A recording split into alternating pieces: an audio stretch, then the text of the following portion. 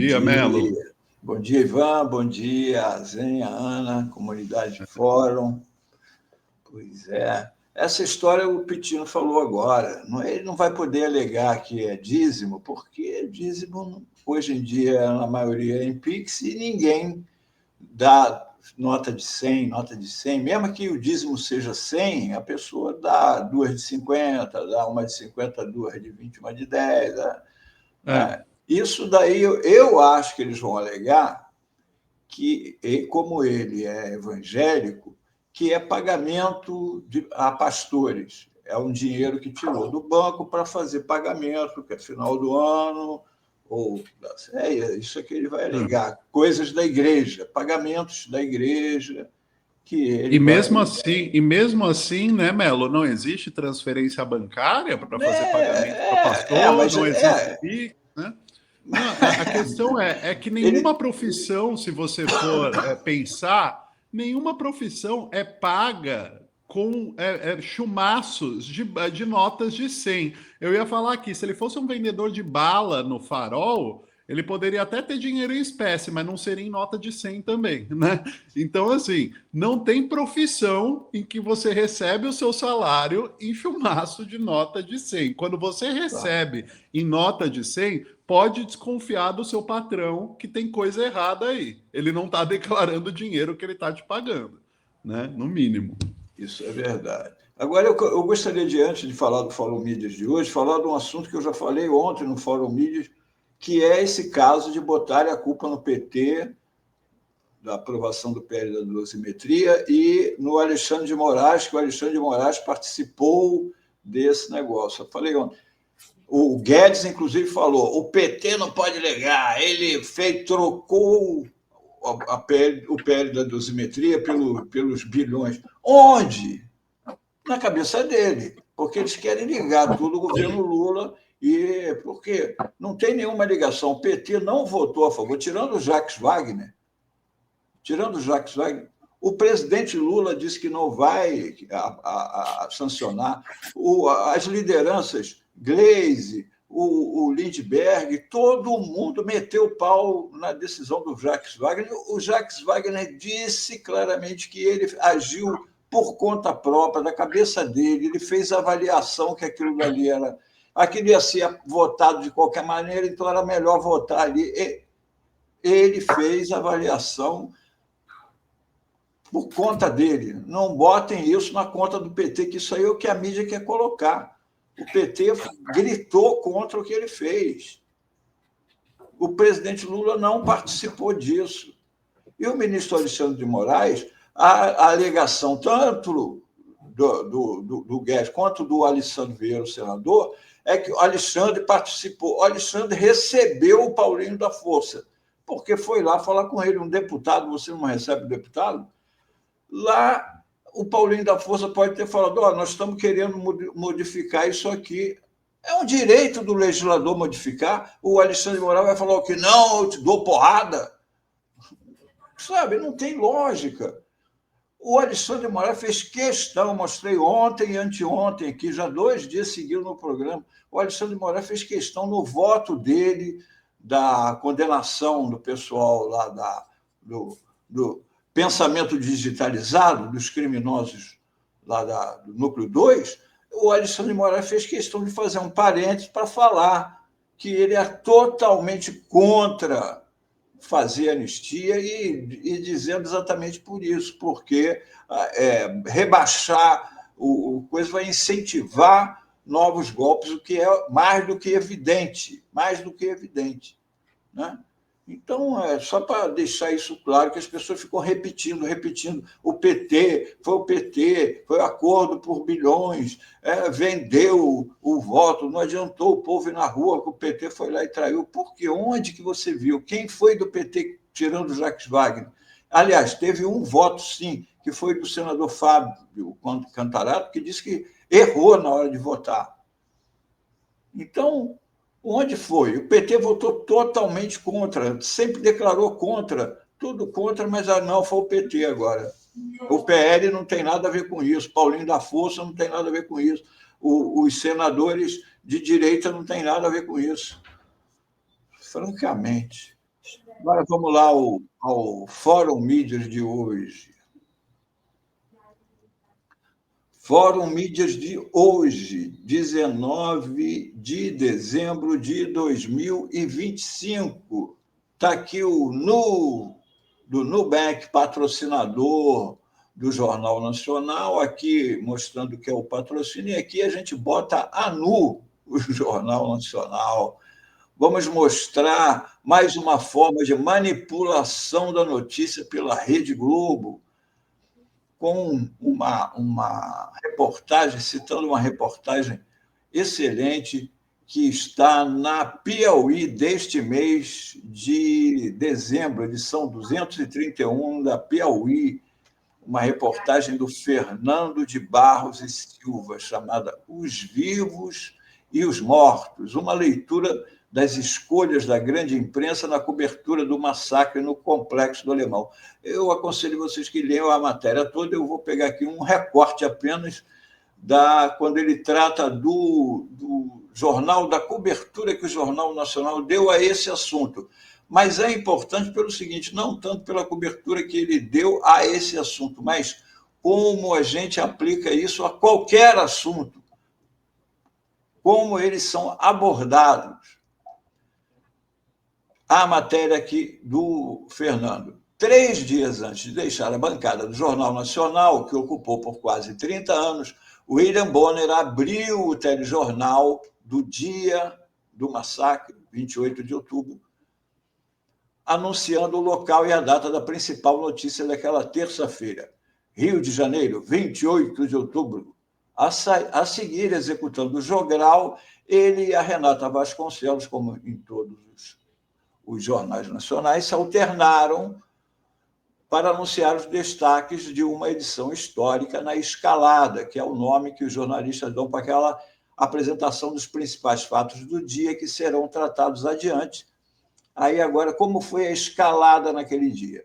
O Bonner falou, Rio, 28 de outubro, a Renata Vasconcelos, moradores da segunda maior metrópole do país são paralisados pela batalha entre policiais e o Comando Vermelho. Bonner, para impedir o cumprimento de mandato de prisão, os traficantes usaram até drones para o lançamento de bombas. Vasconcelos, e armaram barricadas em diversos pontos da cidade. Bonner, mais de 80 foram presos. Renata, a ação policial mais letal da história da cidade tem dezenas de mortes confirmadas. Bonner, e declarações de autoridades revelam falta de coordenação entre os governos estadual e federal no combate ao crime. Aí entra o comentário do Fernando. A decisão de abrir o telejornal pelos transtornos e pela sensação de caos que a reação dos traficantes produziu no Rio é uma opção editorial. É lógico, você escala o que você julga importante e vai botando na ordem de importância. O Jornal Nacional avaliou que isso, o transtorno que aquilo causou à população, como eles começam ali dizendo, né? Moradores são paralisados pela batalha, né? Os traficantes usaram... Então, deram mais importância a isso do que a ação mais letal da história, com dezenas de mortes confirmadas, que foi só a última parte da escalada. Fica praticamente isso explicado pelo que eles fizeram antes, né? Só depois de ser informados sobre a batalha que paralisou a cidade, só depois de saber que os traficantes usaram até drones para o lançamento de bombas, que armaram barricadas, que mais de 80 foram presos, o telespectador é apresentado a notícia das dezenas de mortes, que deveria, obviamente, não é, começar a notícia. Funciona como se elas, as mortes, estivessem justificadas por tudo o que aconteceu. A ordem dos fatores, neste caso, altera o produto. Não foi preciso fazer nenhum comentário ou lançar mão de adjetivos. Bastou elencar as coisas de uma determinada maneira. O jornalismo pode ser melhor ou pior, mais ou menos atento a nuances, tecnicalidades e normas de conduta, mas nunca é neutro.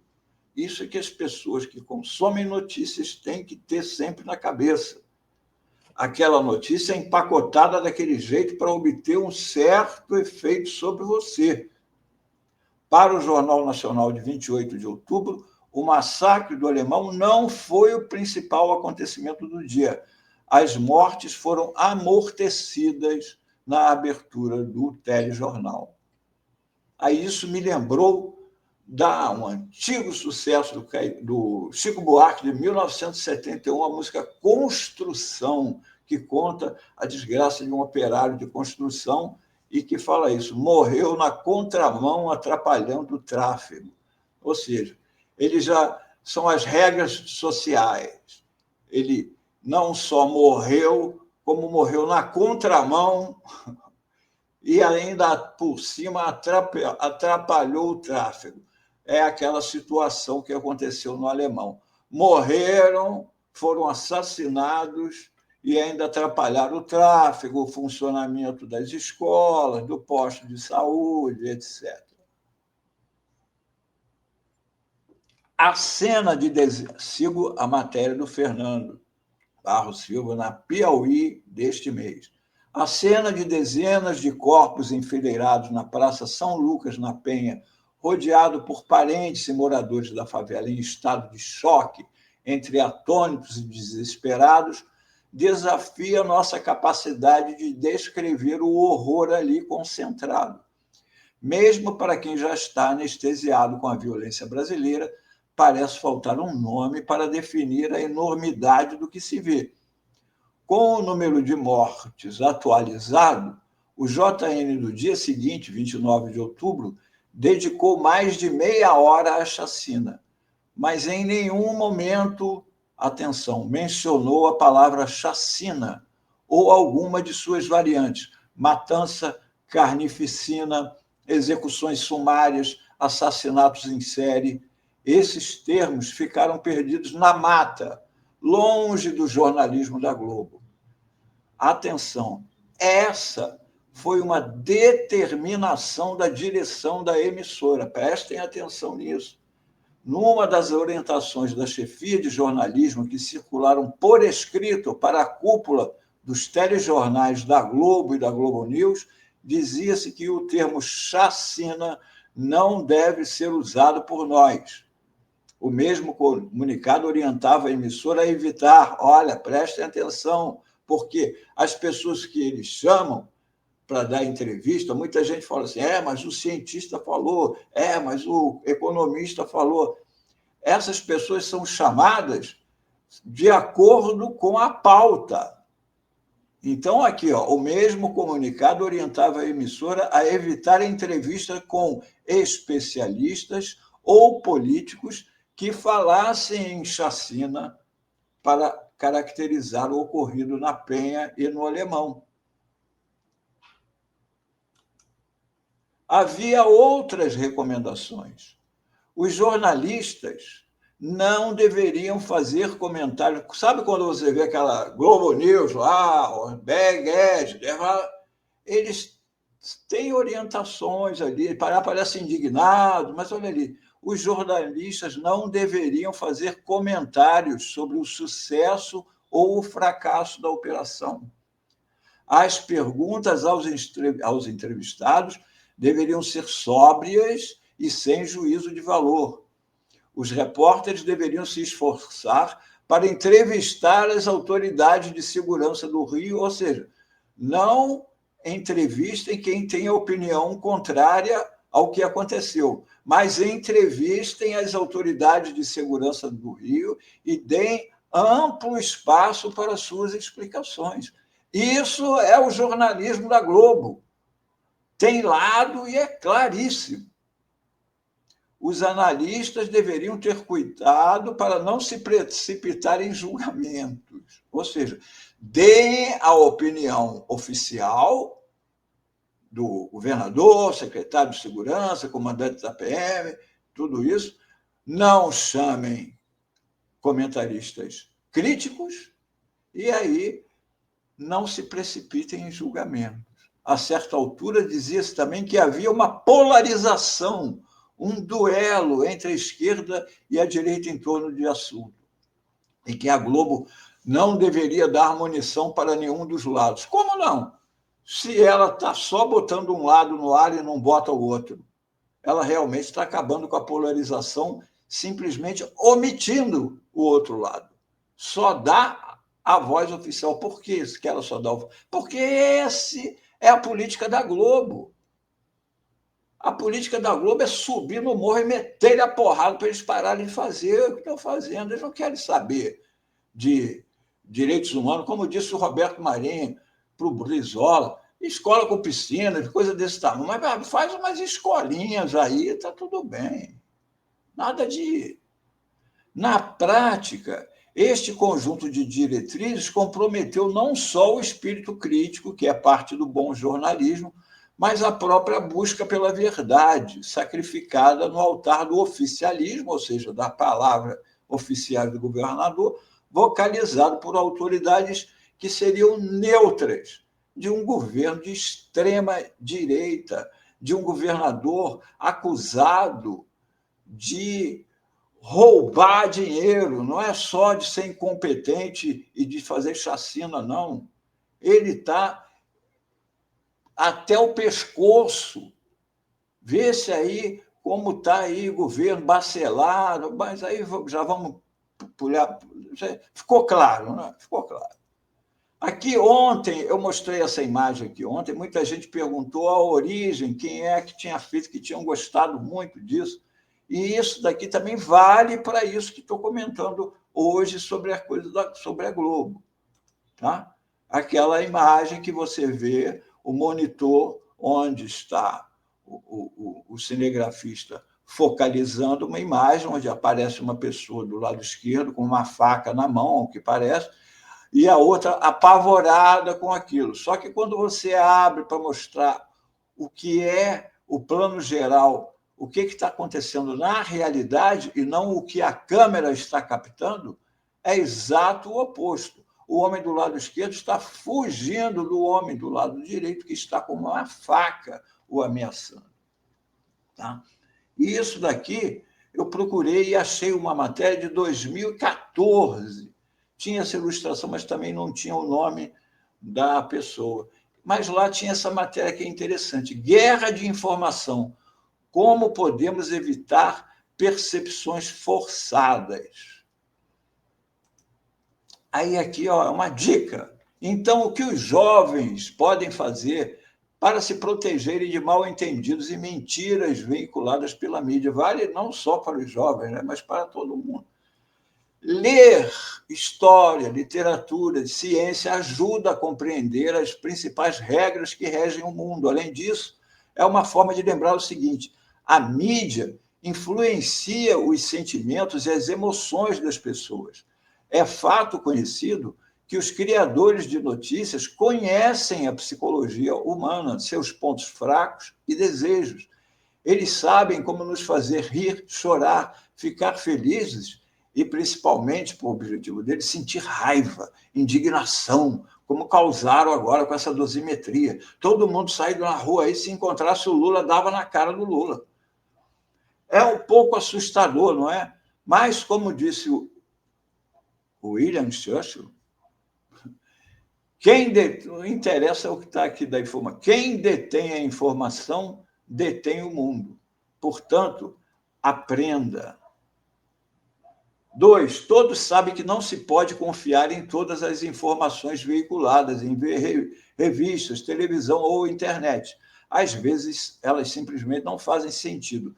O principal é buscar informações de todos os pontos de vista possíveis.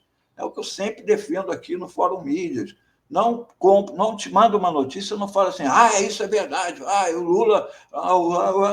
Vai lá ver se o Lula falou isso mesmo, o governo do PT fez isso mesmo. Vou olhar isso. Tá? O Alexandre de Moraes, o que ele disse sobre isso? Vou ver o que tem. Quem escreveu? Por que foi escrito?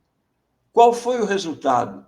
Procure esclarecer motivos e possíveis contradições da mensagem. Lembre-se, nunca há tempestade em copo d'água. Portanto, analise, ou seja, aprenda, analise.